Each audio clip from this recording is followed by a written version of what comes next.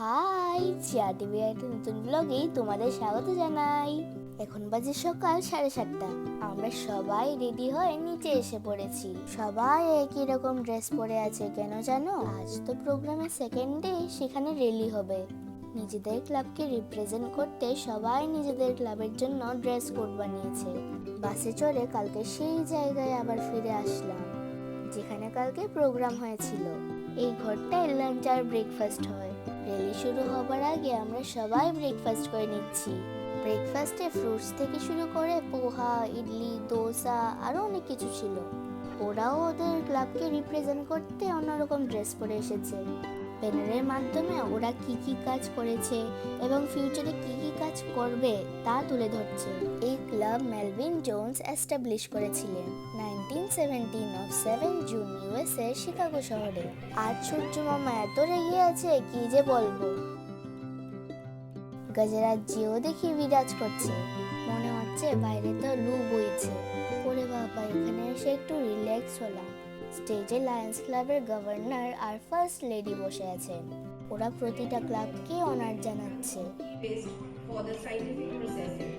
It has also planted 300 saplings. This club has promoted urban plantation in collaboration with the Agartala municipal. প্রতিটা club তার নিজের এরিয়াতে কি কি কাজ করছে সেটাই ওখানে বলছে। এখন কুমারঘাট রয়্যালসের পালা। এই ক্লাব এস্টাবলিশ করার পিছনে কারণ ছিল work for social service and human welfare. Papa ওদের ড্রেস কোড ছিল ব্ল্যাক এন্ড হোয়াইট। আমাদের সময় যে একটা গান লাগিয়েছে যে ডান্সই করা যাচ্ছে না, আজিম মোচান চেহানশা কি জানি। Own permanent service center. They regularly distribute clothes and organize blood donation camps. Their signature project is Prison for All. ওরা কি এনজয় করছে। ভীষণ খিদে পেয়েছে, তাই লাঞ্চ করতে চলে এসেছি। আজও খাওয়া দাওয়ার রকমারি সম্ভার ছিল।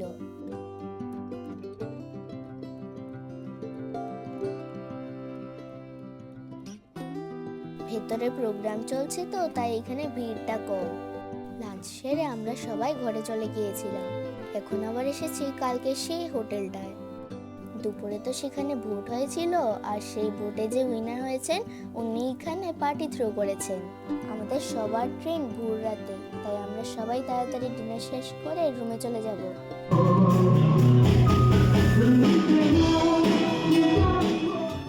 ঘড়িতে তো দেখতেই পেলে কটা বাজছে। এই ঘুম চোখে রেডি হতে একদমই ভালো লাগছে না।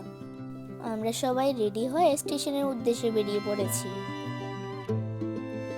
মনে হচ্ছে একটু যদি বিছানা পেতাম। উবার বুক করা হয়েছে, তারই অপেক্ষায় আছি। ঠাম্মি ওরা আগের অটোটা দিয়ে চলে গেছে, আমরা এখন যাচ্ছি। কেন যে রাতের টিকিটটা কাটা হলো একদম ভালো লাগছে না। রাত বাজে 1:56। চলে এলাম গুয়াহাটি স্টেশনে। ওয়েটিং রুম খালি আছে কিনা সেটাই দেখতে যাচ্ছি।